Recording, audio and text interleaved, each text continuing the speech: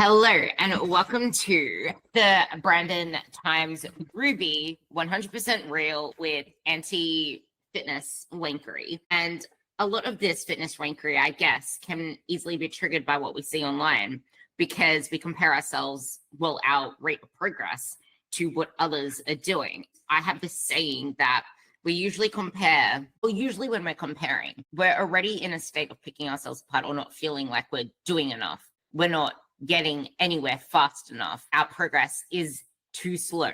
So then we compare however we feel. Even this can even be when you're in your lowest of lows in your PMS cycle. So, well, I should say period cycle, but you usually are in a lower state when you're in a position of comparing yourself. Like if you're too busy living your life and feeling really good, you're not really going to be comparing yourself to anyone else. You know this as a fact. So when you are comparing yourself, this is where these thoughts come up. This is where we can emotionally react. And this is where I like to say, if your emotions win, you lose. But if you can bring the logic into it, which is a skill, and it's not something that you just develop, and it's not something that you'll learn within a week. And it's not going from being emotionally reactive to all of a sudden you're logical. It's still being emotionally reactive, but having more awareness around how you react. It's having less shame, less judgment around how you react. That's the next stage. Then the third stage is getting curious about it. Then the next stage is using that curiosity to start tracing it back, which you would have heard in my last podcast with Dal, that the clients that I find are the ones who succeed the most, the ones that are making amazing progress with me, are actually the ones that are doing the work and feeling the feelings and tracing them back and wondering why they do what they do. Because if it was as simple as just following a meal plan and following a training program, everyone would have results. But not only that, it's confusing when you're seeing a whole bunch of things online. Why are they getting progress faster? X, Y, Z. So then we think that what they're doing is what got them to their goals. Let's not mention the GLP-1s and the PEDs and the Photoshop and the AI and all this other stuff that can make things even more difficult, that make us think that, well, what even is realistic? Maybe I do need to take this, that, and the other. But the goal is to keep the goal, which is something that Brandon said before I clicked record. Emotions have a great way of sabotaging our goals, both in emotional eating, but also in the way that we approach our training, because it's so easy to go into sensations. You feel like more is better. So then you add on a fifth day. And then there's a worry, oh, but if I'm eating this much, this is a great way to start it actually too, because I liked what you were going on, but this is a great way. If I'm eating this much and I'm training 5 days a week, and then on the 6th day, I'm doing X, Y, Z, 7th day, I'm still active, I'm getting X, Y, Z in, then how does it make sense that I need to stop eating 1,500 calories, reduce my training days to 4 days from 5 days? How does that logically make sense? Let's start from there. Yeah. Okay, good. Reducing training frequency and volume and increasing your calories so you can build some muscle, build that body that you want. So I like to describe this like we're renovating a house. I'm going to knock out a wall so that I can expand this room, and that means I'm going to have to do some building. All right, let me go ahead and knock out that wall. And then, all right, the builders are in there, they're doing their thing, and you come in and you knock out another wall, but they didn't finish the first one yet. And then you knock out another one. Your body isn't growing while you're in the gym. You're providing a stimulus, and you're really not damaging things per se, like the whole micro tears and thing. Like that's still debatable. But you are providing a stimulus. Now, if you're doing too much, you probably are doing some damage. So, oops, we hit the sewer line. We're going to have to repair that along the way as well. Okay. And then we're also not going to bring you any building materials, or at least not enough of them. So like you're looking at this house and you're like, this thing is a wreck. Why aren't you guys doing your job? And it's because you kept knocking out walls and you still haven't brought us the wood that we need and the materials that we need to rebuild. Your body is very much the same way. It doesn't grow while you're in the gym. It grows while you're resting. It needs adequate sleep. It needs adequate intake. Your muscles, outside of your newbie gains, like your first year, maybe second year of training if you've got great genetics, you're not going to build any added muscle without being in a little bit of a surplus, without being in a little bit of a surplus. And that doesn't mean that you're going to gain a ton of body fat, but you have to gain some. You have to be okay with it. And then like, okay, well, how long is a muscle gain phase? And I think we've gone over this, in terms of like how long a phase will last, but man, it's at least a year. It's not 6 weeks of, I was listening to some strength coaches kind of talk about like, oh, we do an anatomic adaptation phase, a hypertrophy phase, and then we do a strength phase. It's like your hypertrophy phase is 6 weeks long. Like that that's nothing. It's not a Can I hypertrophy just phase. That's it's very easy to believe that these phases, the way that this is why I hate the question, what phase am I in? There's no such thing as actual phases because everything kind of flows into each other. It's just, okay, cool. Training is always going to be like this flow of things. The only difference is once we get to a position, which is not going to be within 12 months, it's going to be past 12 months. We then put you into a effective deficit. Well, I mean, like, yeah, okay, cool. You can do 6 months and then we put you into a deficit. That's great. But do you actually want to see results this time? Because I can give you what you want, but I can give you what you want in terms of actions. But if what you want in terms of body composition, if what has been holding you back this whole time has been always reverting to dieting, or you need to do this phase and this phase and this phase, people are throwing fancy names out there. You're just going to keep yourself stuck in the same fancy cycle. That goes back to the emotional thing too. Yeah, that also kind of taps into the idea that like, and I tell people this all the time, the more complicated your program is, the less effective it is. Like they look for fancy, look for big names. What was one that I saw? It was so dumb. It was, let me try and think of the word. I think it was auto-regulated progressive overload was at least a part of the term. And they described it as like, well, you have to watch the kid and if it's not moving well, then you reduce the weight. It's like that's just coaching. Like that's just being a coach. That's what you do as a coach is if they're not doing a good job with the weight, it's too heavy. And if they're doing a great job with the weight, it's too light. Like that's just coaching. This whole like auto-regulated, that's very funny. Okay, question then. Yeah. Because there's programs out there, like we see there's a lot of apps now. There's AI. Why is it so important to have this coaching eye with this, okay, we're going to actually put you in the path of progress, because this also leads to the emotional stuff, because you're not going to know what you don't know. And most of us, we only know the constraints of what we know. And that's why the coach comes in. And we're not living in 2016, 2010 anymore, where it was hire a coach for weight loss. Like, yeah, okay, cool. That you can go teach a man to fish, that one. But this is different. This is real coaching. This is coaching through training, coaching through health. I would argue that having a coach for the majority of your time is probably the best investment you can make, because that saves on so much more. It's not just here's a program. It's not just here's your macros. And you could look at that too as like, if I can come back to my house analogy, imagine having nobody like for oversight. Imagine having no boss. It's just a bunch of dudes doing stuff, right? There's no organization, there's no plan, there's no like this person is doing their one thing and they don't see that it's interfering with this one thing. You need to have a plan for you. And you can't be objective in yourself. Like Dunning-Kruger is pretty clear that we're pretty bad at self-assessment. The less we know about something, the more we think we know, because we don't know enough about it to realize that we don't know very much about it. So there's an inverse relationship between confidence and competence. And that's not an insult or anything. That's not telling somebody they're unintelligent. It's just, why would you expect to know a lot about a topic when you don't have 20 years of experience successfully creating change in real humans in the real world? It's not your job. I don't expect my dentist to be a good coach, and I don't expect myself to be a good dentist. Yeah, so you need somebody. Humans, it's that connection. I just want to throw in the word connection, because I feel like that connection is something that we're missing, and having that collaboration. It's back and forth. It's checks and balances. You don't just set and forget. Yeah. Well, and it's an objective third party. That's what you need. You kind of need an arbitrator for your own mind at times, because we're looking at this big picture here, but this is us, right? But we're looking at it from right here. We can't be objective because we're too close to the picture. For people who aren't watching the video, I put my hands very far apart, let's say a 6-foot picture, and then you're standing an inch away from it. You can't see the whole picture. It's like sitting way too close in the movie theater, like the front row, but then a row forward from that. That's how you are at self-assessment. So can you do it?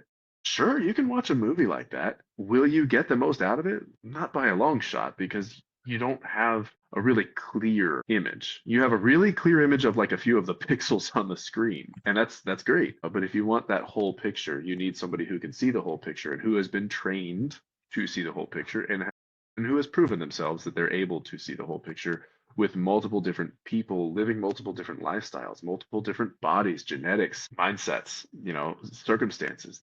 That's where the value of a coach comes in, because they're generally, if you've got a good one, they're going to be experienced with your specific scenario, or at least one close enough to it that they can help you through it because they've successfully helped someone else through that. And I can say, as a coach, I often learn much more from my clients than they learn from me, I think, especially when it comes to how to successfully make change. When I'm giving advice, it came from, well, here's how another client successfully navigated that exact challenge. Would you like to hear that? You're not going to get that if you're by yourself. So it helps to have somebody there to guide you, to keep you on track, to help uh, to help prevent the ADHD taking over and like, oh, now I want to go do that thing. Oh, now I want to go do that thing. Oh, I saw this thing on Instagram. I'm going to try that today. Like, one of the leading causes of a lack of progress is training for vibes, training by feel, training by like coolness. Like, I just like to bench. Cool.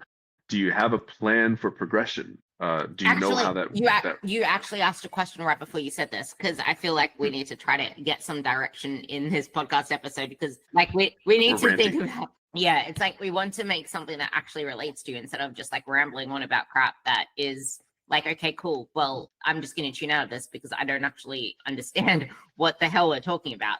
Something you said is, what do you actually want to get out of it? And a lot of people are like, I want to have this shapely body. And then the way they go about it is still using the scale as a metric of progress, using the burny feels of my glutes. I feel them burning. Or I don't look forward to lower body days because I am absolutely wrecked afterwards. I train my ass off. And then you look at the program and it's got like 1 billion reps, 1 billion sets, 1 billion burnouts. Like, yeah, okay, cool. That's exhausting you, but it feels like it's working. It feels like, oh my God, I'm training so freaking hard. I should see results with this. But then going back to the house analogy, are you actually sleeping enough of this?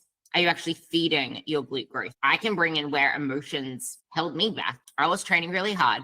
I was eating quite a lot, but that was a lot in context of what I thought was a lot. That goes back to the whole, you don't know what you don't know. Yeah, okay, cool. I thought it was a lot, but it wasn't enough for the work that I was doing. It wasn't enough for the growth that I wanted to see. This is kind of where you can pick out your behaviors in the past that you think have worked for you. But if you emotionally connect yourself to it instead of zooming out and doing a proper evaluation, then you're able to see, oh, okay, well, I've been always going back into diets every single time summer comes, or every single time that I feel like I've built enough muscle. To be honest, I never really saw what I wanted to see. But then when you're in the moment of the emotions, it's almost like we don't have that hindsight anymore. We're too busy in our feels. And it's not in the positive way because we haven't learnt to emotionally regulate this kind of stuff before, which is kind of what I was saying to Brennan before, where sometimes it's not what we like.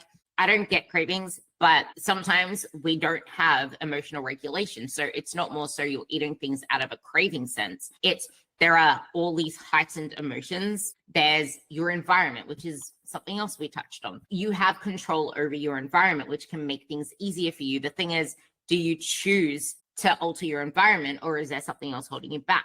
I had a conversation with someone actually where she kept thinking that she'll be able to control herself this time with the chocolate, with the snacks. So she'll keep allowing herself to buy it, but every single time she couldn't control herself. But in the heat of the moment, she tells herself that, no, I can control it this time. Okay, this is where we need to pause and ask ourselves, what is it that we really want? Going back to keep the goal the goal. What do you actually want to get out of it? And yes, it's going to be hard. Why do you feel like you need the chocolate to get through? Why do you feel like you need X in order to feel or experience Y? When history has told you, no, this isn't working. Is it out of you don't know how to set boundaries? Is it that you think it needs to be that way forever? Is it that you think you know as a fact how hard it is because you've experienced the hard, but do you feel like that needs to be forever? What is it that is getting in the way? Do you even believe you're worth it? That is a huge part that comes up. If we don't see that we're worth the effort, we're not going to put in the effort. Like, it's easy to say you need to have the discipline and blah, blah, blah, which I completely wholeheartedly agree with, but it's hard to get to that disciplined state unless we address what beliefs, what thought patterns, what is coming up for you. This is where that true evaluation comes in from, which is very hard to do without a coach bringing in that coach element. Having this discussion with someone who knows how to communicate. Most coaches don't. They just dictate. They don't ask the questions. They just. I definitely have my moments. I fail. Yeah, that's the thing. Like, we all have our moments, but it's about getting curious. The more curious you get without that shame, and when the shame does come up, getting curious about why there is shame there. Where does it come from? And what stories you need to start believing and telling yourself. That is probably going to be the best thing here. And also the bright spot audit that you mentioned. What are the wins that you are missing? Because I hear this so many times, and I know you do as well, Brandon, because it's innately human. We can be doing some good things, but we don't allow ourselves to celebrate them, because what's the point? We end up doing X anyway. And I hear this a lot of times. I want to come back to the training based on vibes and training based on like, I feel it burning, or like, it must have worked because I'm sore. Like, I can make you sore and I can make you tired. I can chase you around the parking lot and I have a baseball bat. If we're going to go by soreness, I can make you the most sore and the most tired.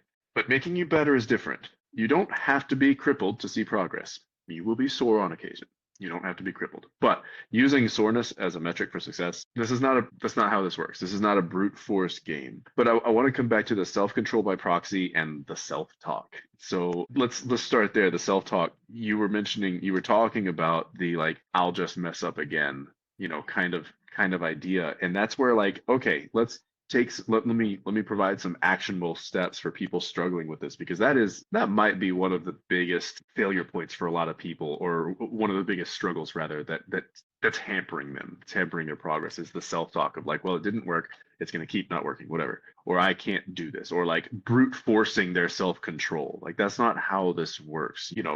It is a stimulus response game. So we can't just brute force self-control. So let's start with the self-talk. Like, the typical thing is like, it's not good enough, or maybe you saw a little progress, but it wasn't enough. Catch that thought and let's just CBT the thing. Like, catch that thought, examine it, check if it's actually accurate, for one, and two, separate it out from your assessment of it. Like, oh, it's not fast enough. What is fast enough? Is any movement at all bad? Is that bad? Like, that's your assessment. Like, it's too slow. I'm a failure. Are you though? Like, you just made progress. I didn't jump from kindergarten to a college graduate.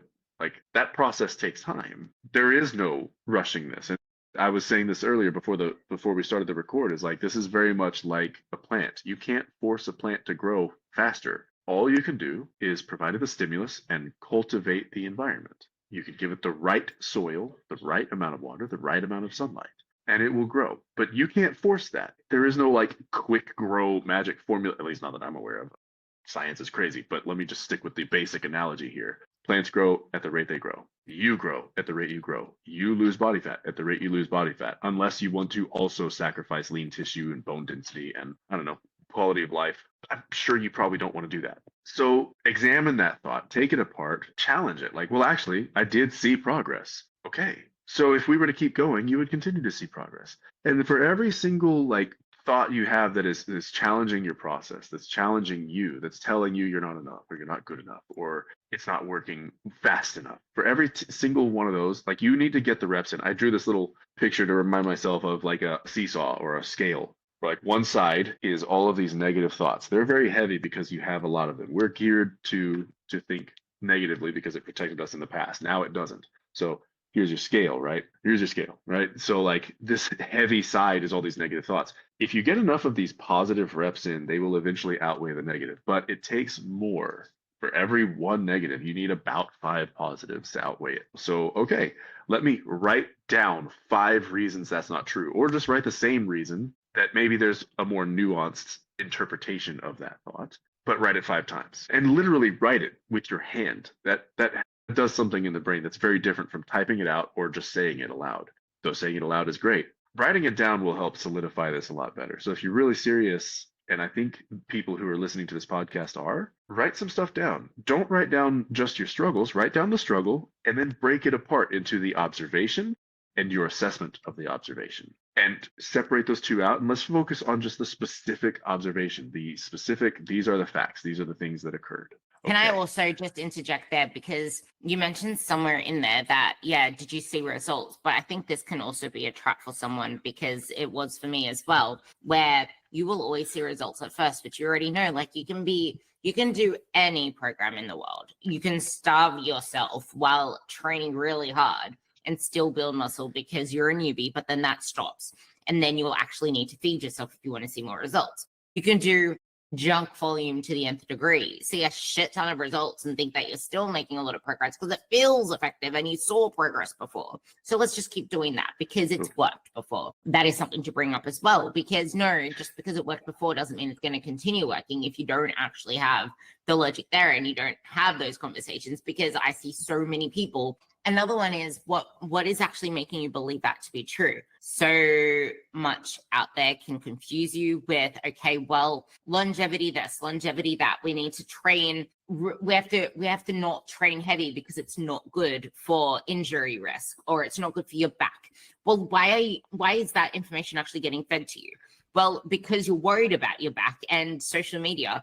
I don't know how many times I've been taught, well, not me, but I'll be talking and then my phone all of a sudden brings up friggin' Google, or it's not Siri, it's Google. And then there are times when Adam's talking and he looks at his phone the next day and all the things that he's been talking about, which have nothing to do with him, are now ads and sponsored this and that he's saying all over his face, well, all over his Instagram, all over his Google. Like, we attract what we seek. We attract what we speak about most. We attract our beliefs and our thoughts. So inevitably, we are shaping our environment without even knowing. We are shaping our own beliefs. We are influencing the things. It's freaking like 1984, George Orwell. We're influencing the things that then influence us to believe things. So it's a feedback loop that can either serve you or it can work against you. I would argue that if lifting heavy is something you're avoiding because back injury this, back injury that, or longevity this, you want to have time under tension is so important. But it's not in the way that you think. Time under tension is like, where is it that matters? Is it because you're trying to lift weight as fast as possible, but it's moving super slow because they're the last couple of reps of a set? Now, that 5-second rep, that is the time under tension that counts. But if you're talking about a 5-second rep, that's like your first or second rep, and it's not involuntary, trying to force it really freaking hard and it's still moving really slow, then I would argue that isn't effective time under tension. Unless you then take that close to failure and you're still getting stronger over time. If your RDL today is not stronger than your RDL 6 months ago, you're not building muscle. We said this before as well, but it could still be stronger than 6 months ago if you're in that newbie phase. The real question is it then stronger 12 months from now? And I don't mean 12 months from the start. I mean that 6 months from the prior 6 months mark. Is it stronger there? Are you still able to feel strong in that moving forward? Because if you're not getting stronger, you're either not eating enough food, not eating enough carbs, not eating enough protein, not sleeping enough, not recovering enough. You're doing too much volume. You're doing too much training. You're just not building muscle, full stop. So that's something to keep in mind as well, along with what I mentioned in a prior episode. You can get stronger without building muscle. This is exactly why having a coach is so important. Separating logic from emotion is so important. Yeah, so I've been drawing a little chart of like you were talking about how like when you're a beginner, like pretty much everything will work, and like you mentioned how it won't take much. You can build muscle and lose fat at the same time at first. There's a direct relationship. The more progress you make, the more specific your approach is going to have to be. When you're a beginner, everything kind of works. You can have a decent enough diet and like anything will make progress. But what gets you from point A to point B will not get you to point C or point D or point E. And what gets you to point F won't get you to point G, et cetera, et cetera. The further along you go and the further along you want to go, the smarter you're going to have to be with your approach, and the more committed you'll have to be to sticking to things that take longer. You know, there comes a time where like when you start out the first couple of years, you know, you're constantly putting more weight on the bar every week. And after a while, once you get around that intermediate advanced stage, that stops happening. I can remember spending over a year trying to get another 5 pounds on my bench press. Like, there is a level where things are going to slow down. You're going to get diminishing returns. You're going to have to be very, very patient. And you're going to have to understand that everything matters a whole lot more. Your margin for error is significantly smaller. Precision Nutrition has this great infographic called The Cost of Getting Lean. And I highly recommend that everybody look at that because it does vary depending on how lean you want to be. And that applies to how lean you want to look. Like you can be lean in terms of less body fat, but maybe still not look the way you want to look. And that's something we've hammered on. And Ruby does a great job hammering away at this. Like you have to build muscle if you want to look lean. You know, you're not going to have. I just need to inject in this part because that's the thing. Like most people, that's the reason you're not seeing results. You can do whatever the hell you want, but if you're not building muscle, you're not going to look lean. And the sad reality is that is most women because it takes discomfort. And I said this in today's reel, actually, in the caption. You can't complain about results that you don't get if you keep skipping the process. I wrote, stop complaining about the results you don't have for the process you aren't willing to accept. You cannot skip the process. Like what I wrote in here is, I want to tone up, shape up my legs, but I don't want them to build too much. I don't want them to get more bulky. My legs are stubborn and squishy and soft. I want more definition, but I don't want them to get bulky. That is why your legs never change shape, because you emotionally respond to your legs. Tying it back to the whole emotional theme of this, you're emotionally responding to how your legs are feeling. You're emotionally responding to maybe like what Brandon said before, where you're going to have to eat in a slight surplus to see any changes. Most people have always approached building the wrong way. You don't eat more food and build more muscle. It's the training that does that. The food facilitates your training performance to be at a higher level so that now you're training. This doesn't mean adding in more training. I'm not saying that. It doesn't mean more and more and more and more and more training. Let's build. Now I can feed. No. No, it means better training. Mm-hmm. Means better training, stronger training. You're recovering faster, so you're able to come back with even more effort the next time. And you're providing the building blocks for that house to be built. But if you're scared of your legs feeling tight, if you're scared of big, full feeling legs, and you complain the second that you can't get your jeans up, you complain the second that you try to wear your work pants, or the second that summer comes along and you can't get your little jean shorts to get up your thighs, well, you're not going to see lean legs either. I remember freaking out with leg extensions because I didn't want bigger quads, and all I felt was like this huge, like my legs were like touching each other, and I was like, ew, my legs are fat. And then I remember when this was when I was past all of that. I remember Luke gave me the most effective HIIT training on the bike. Now this is another emotional thing because it's a completely different aspect. I felt like my legs were freaking huge just from doing the bike in sprints because I was on high carbs. I was eating like quite a significant amount of food. No, I was not gaining fat. I was in maintenance. My sprints was getting a lot of blood volume to my legs because it's a concentric movement pattern only. You're shuttling not only blood to the legs, but there's the carbs, there's the water. I felt in between, my rest periods were like, I think 3 minutes long because my sprints were like 60 seconds or whatever on the bike. So it'll be like 60 seconds to 3 minutes, or it would be 90 seconds to 3 minutes, depending. But it was always brutal. Yeah. And it was like 6 rounds to 8 rounds of it. It was so brutal. But because I was going really freaking hard on it, what do you expect? It's the same as doing a shit ton of leg extensions. So you can, but the thing is, that's the thing though. Just because my legs felt really full did not mean I was building muscle either, but they felt chunky. If I use the right stimulus, this is where it's like, what do you actually want to get out of it? Because I can get that same feeling from doing a ton of glute thrusts, a ton of booty banded hip thrusts, a ton of whatever you want to add in that is just like fluff work for the glutes. And none of these provide a stimulus.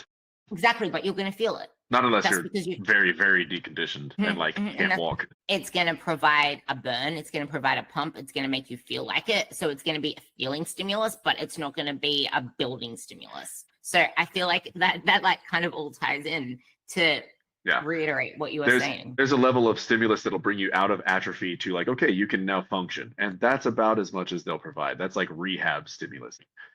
It'll build you back to I can walk again. It won't build you up to have a pretty booty. It won't build you up to like I like the way my legs look in the mirror. It's interesting because I had a very similar experience with my own legs. Like I just always have had big legs, but they've never been defined. But because they were already big, like I was like, I'm just not gonna really worry too much about it. Like I still train them, and I still they're still the most important part of the program. But like I never really focused on the quads specifically. I just kind of stayed hip dominant on most of my training, and then I hired a bodybuilding coach, and he put my legs on the back burner. They still grew, but it wasn't until I started actively focusing on my quads that I started to like the way they look. They didn't get, I wouldn't say they got bigger, but they definitely got a better look to them. They look leaner. They look more shapely. They have more definition to them. So like that defined look, that athletic look that you want, because you're like, I don't want to look like a bodybuilder. I want to look lean and athletic. I want to look healthy.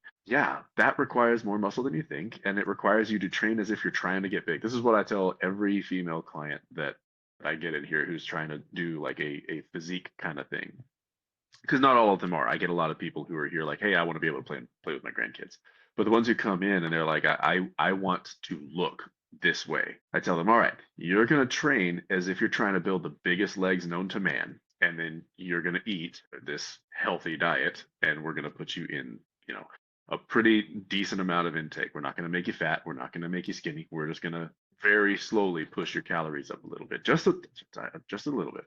But the important bit I want you to take away from that is you're going to train as if you're trying to build the biggest legs known to man. And what you're going to end up with is the prettiest legs you've ever had without them being too big. Like they're just not going to get big. I'm sorry. Unless there are a lot of drugs involved, you're not going to get massive legs out of this. You're not going to accidentally become a an expert NASCAR driver who always wins first because you drove down the block. Like that's the same argument. Like, oh, I don't want to look like a bodybuilder. Don't worry, you won't. Even if you train like one, you won't. You won't. Unless you started at 12 and took drugs, you won't. I actually find that funny because actually there are two ways to kind of say this. There are a lot of women that store a lot of body fat on their legs, which makes it even harder for you guys because yeah, and that's me, which is not typical for guys, but like that's where I store my body fat. So sorry, didn't mean to interject. But no, actually, that would be something I want you to talk on after I finish this because that's really important. I reckon this is what holds a lot of women back because then they don't want to train it because their legs already feel really big and they don't want to grow it even more. But it's like, okay, cool. Yeah. It's not really growing it more. It's more so let's make it more dense with actual muscle fibers. But at the same time, it's like, what is the result that you want? But the other one, it's funny because Adams is his triceps. He gets top because he's competing in physique, like men's physique, and you want shoulders. You don't really want your arms to outpower your shoulders because that isn't the tapered look that wins physique. So he's got told to not train his arms, just his delts. And the difference you can actually see is enormous. You can easily not train a body part and not grow it. That's the point. Like if you want to actually see definition, you need to train that body part.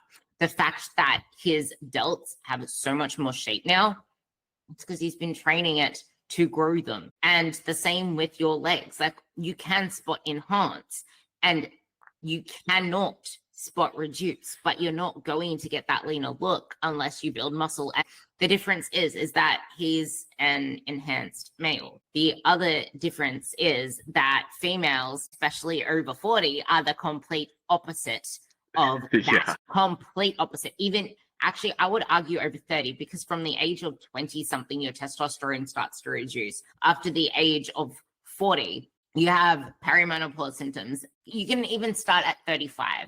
I can't believe I'm saying that now, and I'm like in my 30s. I'm like, holy shit! Like it is so close. I remember talking about this when I was 26.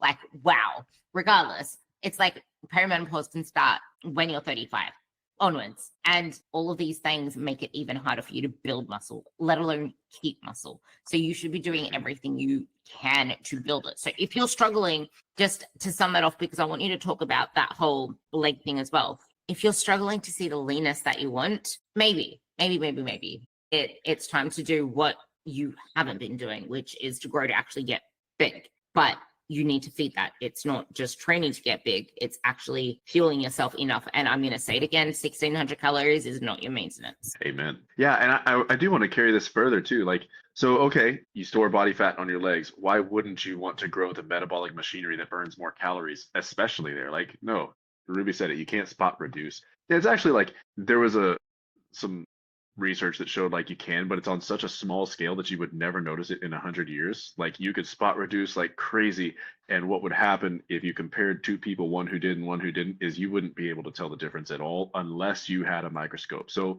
that's a waste of your time. But like she said, you can spot enhance. So you build that muscle. And then when you cut, like, hey, your legs are the same size and they look a lot better, right? But let's carry that a bit further because I tend to work with a demographic that comes in when their days of thinking about abs and legs are behind them. They're currently in the days of like, well, I've got to get ready for my knee replacement. I've got to be able to get up off the floor because I'm 75. You know, I had a lady in here just earlier today. She's 70 years old, you know, and the concern is not I need to lose this belly fat. The concern is I need to be able to maintain my independence. And the cool thing is, if you're training right now to be a mass monster and you're eating the way Ruby's saying, you're feeding yourself, you're fueling yourself enough, one, you won't become a mass monster. You're just going to look good. But two, that's very protective in your old age. Like I can tell when somebody is in their 70s and 80s if they took this kind of approach in their 20s. You can see it. And the longer you do it, the longer you get to keep it. And the easier it is to keep. And so like if you build it now so that you don't have to come in and talk to me about getting ready for your knee replacement, so that you don't have to come in and talk about your constant knee pain and your constant hip pain or that the injury you just had again because you're too frail to withstand, you know, picking up your grandkids or worse, your purse. Like I've literally seen people tear a rotator cuff reaching behind them in the car to like grab their wallet or something. I don't remember what he was reaching for, but he reached back and pop. All it took was a reach, you know, and I think that guy was in his 40s, maybe his 50s. That's actually really important. No, because you mostly get the pulls and the pops outside of the gym. What you do in the gym helps you for outside of the gym, but the leg part, that is your metabolic gold when you age. That is your longevity when you age. So if you care about longevity, you should care about building as much muscle and strength in your legs as possible, because because you have chunky legs because of fat, that is not going to protect you. You need chunky legs because of muscle. But the funny thing is that you don't get chunky legs because of muscle. Yeah, I always say, like, what is it? Lifting weights doesn't make women bulky, cupcakes do. And like there's a balance. You can put cupcakes in there, but I think it's probably more appropriate to say lifting weights doesn't make women bulky. Your nightly glass of wine does, because that absolutely doesn't help your goals in any way, whereas cupcakes can be used. But I think some of the women who come in here who have the most regret that I hear, and regret is the word, is they spent their lives trying to get smaller and smaller and smaller, and now they have sarcopenia, and now they have more belly fat that they really struggle with, but that's the least of their concerns because their bone density is so low they have to be on medication so they don't break a hip getting out of the car. Like, I would also say though, but the belly fat is an important thing to consider there, because anything you store around your visceral organs is really bad for health. That is because of a less of muscle mass. So I would add that to that too. Yeah, visceral fat is the most dangerous type of fat. So it's like, oh, I've got abs, but it's like out here, like, you've got danger. But yeah, I mean, all of these things add up, especially then you reach that point where it's like, okay, I wish I had the luxury of worrying about how good I looked, because now we're so frail that I'm terrified of injury because of the last break I had, or the last tear, the last loud pop and quick drop.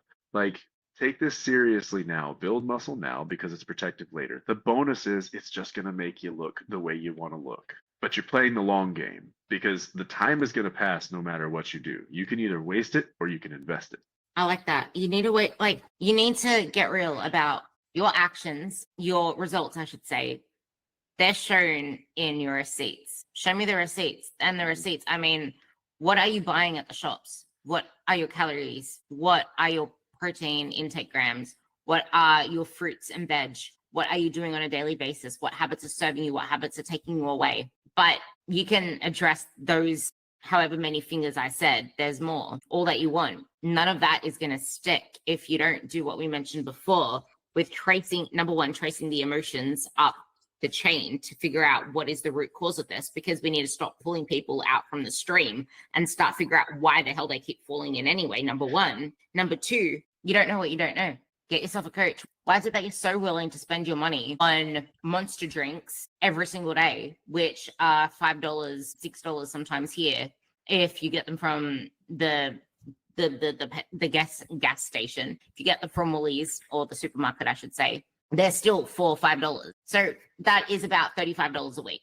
And then add on the coffees on top of that. I think they're like $5. So that's $35 plus another $35. That's $70 a week on just a monster drink and coffee. You eat out, you buy takeaway every single lunch. That's a salad that you could have easily got for half the price, or a bread roll that you could have easily thrown together. How many times do you eat out? How many times do you drink? How many times do you spend money on stuff that isn't actually moving you forward? And then you complain about the results that you don't have. Stop. Like, I'm trying to say this in the nicest way possible, but stop complaining about the results you don't have if you're directing money in the wrong direction, because you can have results. Anyone can get the results, but where are you investing your resources? And I don't just mean money here. I mean, where are you investing your focus? Let's stop thinking about the energy and the actions, because the energy and actions do not matter if you're not focused where you want to go. You're so focused on what you don't want that you just keep trying to put out fires. We need to focus on what you actually want, not just focus on what you don't. Trying to, like, the more that you focus on your body image, the more that it becomes an issue. The more that you focus, like, my coach said something to me, I don't even remember how I worked my way through, except the fact that I just stopped body checking. That actually, no, that ties in nicely. I stopped body checking. I stopped focusing on the things I want to change. I started focusing on the things that I like to feel. I got asked this in a call. I wish I recorded the call. I have the transcript from it, but she asked me, how did I just break through all of this? Because the story was so similar. And it was because I had a tough love coach. He literally said, stop focusing on dumb shit. I'm not going to even entertain you talking about XYZ. If it has to do with your body, if it has to do with the scale, he never entertained it. He ignored it. So if I said anything, it would get ignored, or he'd say something really blunt, like stop focusing on dumb shit, this, that, and the other. And that started to rewire where I shift my focus. It's almost like disciplining a dog. You want to like ignore the attention seeking habits of a dog or of a child and start rewarding what they are doing well, because the more that you reward what they're doing well, the more that you reward the positive thing. Like, for example, you can play your Xbox for even more time, or you get extra bonus time on your Xbox if you do X. It's going to be so much better than you're not going to have the Xbox now because you did X. What's going to sustain change more? I get benefits from doing this helpful habit. It becomes something that is more intrinsically rewarding versus something that's coming out. Yeah. Anyway, I just feel like that's a really good add-on there. You get more with honey than vinegar. The resources, where you direct your resources, because if you have your focus on where you want to go, your actions are going to align, your energy is going to align, you're going to start realizing what actually lights you up, what makes you feel good, and you're going to start disconnecting from the things that don't. And there was a quote that I saw. It says, how do you know the connection is special? I never have to recharge after spending time with them. And that just like that kind of, there's very few people that give me that impact, but there's also very few actions that give you that impact. And if you're always doing draining tasks, what's recharging you? If you're never having self-care, if you're always filling up your calendar with stuff, that is then the stress mode that you're living on, and you're never going to break through anything because you're not giving yourself time to work through the things that are holding you back. So number one, to sum up some of the things you were saying earlier about like spending money here and there, clients before complaints. And then number two, body follows the eyes. And that works both literally and figuratively. So there was this is actually a true story of a guy. It's a sad story, so I'm sorry. But there was a guy who went skydiving, and he went out in the middle of the desert. I mean, it was just the only thing that he had to avoid was a truck. He could land literally anywhere for at least a few miles. Like, he had miles to work with. And so what the instructor told him was like, hey, all you have to do, don't hit the truck. And he was wearing a helmet cam, and when you watch the footage of the dive, his eyes were on the truck the whole time. Like, don't hit the truck, don't hit the truck, don't hit the truck. If I say don't think of a pink elephant, what just pops in your head? Don't think of your right big toe. Don't think of a cheeseburger. Don't, right? It doesn't matter. I mentioned it. Your eyes are on it. And the body follows the eyes. He hit the truck. He lost a limb. I think he lost his arm, his right arm. He could have landed anywhere. So I want this to be a cautionary tale because this is a universal principle that applies to mindset and habits. If you're focused on the thing you're trying to quit, and you see this in addiction all the time, like the more you say, like, don't do the thing, the more of the behavior you're going to see. Whereas the more you focus down on the things that go well, the more the unwanted behaviors will tend to be choked out by the better behaviors. Focus on the things that are going well and double down on them. When I open a nutrition coaching session with a client, the first question I ask is what went well and how did you make that happen?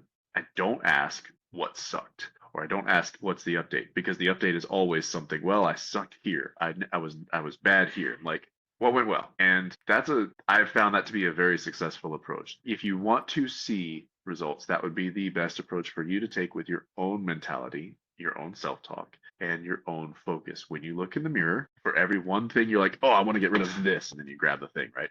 For every one of those, find at least 3 things you like about your body that you appreciate, something that's gotten better, something that you're thankful for. If you can't find anything, I'm thankful that I'm able to stand up because I have clients who can't.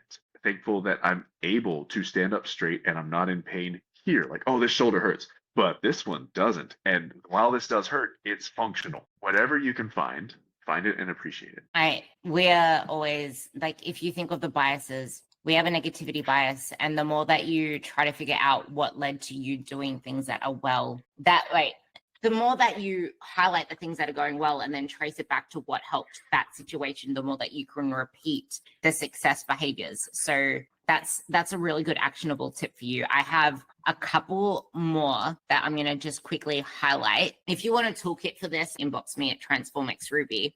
It's around the holiday season, working towards the end of the year, Christmas season, etc. But if X happens, then I will X, because the more that you bring this awareness, like we mentioned, the more that we can start to put things in place so that we don't go to the habits that sabotage us. So if X happens, then I will X. The other one is, yeah, okay, cool. They say if you don't measure it, you can't manage it. But why the hell would that matter if you're measuring the wrong things? It doesn't matter what you measure. And if you can manage it, if the things that you're measuring are the things that aren't moving you forward, because I can measure the scale, I can measure my pant size, I can measure anything that isn't related to muscle growth, which is most things, because you can't really measure muscle growth. You can measure things that are a proxy for muscle growth, which is what we want to focus on. And that's exactly what Brandon and I have been speaking about over our podcast episodes. And whatever notes you're taking, can you send me all the ones that you've been taking over the last few episodes? Because we need to start actually using these for future direction, because we have another episode coming up hopefully soon, because we're behind in these. But regardless, when it worked, list the conditions that led to it working. When it didn't, list the conditions, compare and contrast. And then take one tiny tweak, not 3, 1, and test it, experiment with it. Even if it's uncomfortable, it's an experiment. It doesn't matter if you suck at it, if you fail, if you relapse, don't just give up on it. Keep forcing it. Keep forcing it for at least 2 weeks, and then you can decide. I like to use a 30-day rule for any experiments because it's always going to be harder at first. So use a 30-day rule. Give it a 30-day experiment. And then the last one, which I want to go back to what you said, 3 things that even went 1% better. Focus on that, especially when you're struggling. Beyond Any all, forward movement is still forward movement. I think the most important thing, though, is to highlight one promise that you kept to yourself, because it's that matters most. Even if nothing went 1% better, that one thing that you kept to yourself as a promise, which could be the fact that you're stopping that night to reflect, is proof enough that you're moving forward. So yeah, that's a tangible. It's worth noting that progress isn't linear, because different factors will progress, different parts will progress while your body isn't. Some things are just laying the groundwork. Generally, habits. If you're stopping to reflect, that's progress. That alone is progress, because the behaviors are what create the body you want. The behaviors create the habits create the outcomes, right? If the behaviors are changing, you're stopping to reflect and check in on things. That's progress. Exactly. And I said this to a client today. I feel like it feels a little bit unrelated, but at the same time related. So I'm just going to say it is like, if you only have 30% and you gave 30%, by definition, you gave 100%. So it might be worth being kinder to yourself when you feel like, oh, I don't have it in me. I'm just going to do, this bare minimum workout. Like, okay, cool, do that. That's a whole lot better than what you would have done 6 months ago. Okay. I'm going to quickly just highlight that and then I'll tie it off because I had this conversation with Adam again. But because he's in comp prep, he got told that he needs to do like 70 to 80% of his usual loads. And he was freaking wrecked. And because of that, he said, oh, training was shit, but he gave his 100%, even though it was the 70 to 80% of what he usually gives. And this is where so many people also get caught up with, I train hard, I'm not seeing change. Well, yeah, he was training hard, but he was training way nowhere near his potential. But number two, if that was just a one-off day, he still gave his best and that still counts. But if it's a continual thing and that is your version of training hard, that is when your emotions win and your logic loses and your results suffer from that. So if this episode helped, please reach out to me. Please reach out to Brandon. Like I mentioned, DM me on Instagram if this is something you want the template for, with things that you can act on in order to move forward, because I have some scripts, I have some actionable plans there. Brandon and I still need to work on our little 8-week thing that we want to provide and something that we want to gift you guys for listening in. But there's been a lot of chaos happening in both of our environments at the moment. But we're going to get back to our little planning and hopefully we get that up into you soon. And please rate me 5 stars and I will speak to you on the next episode. Bye.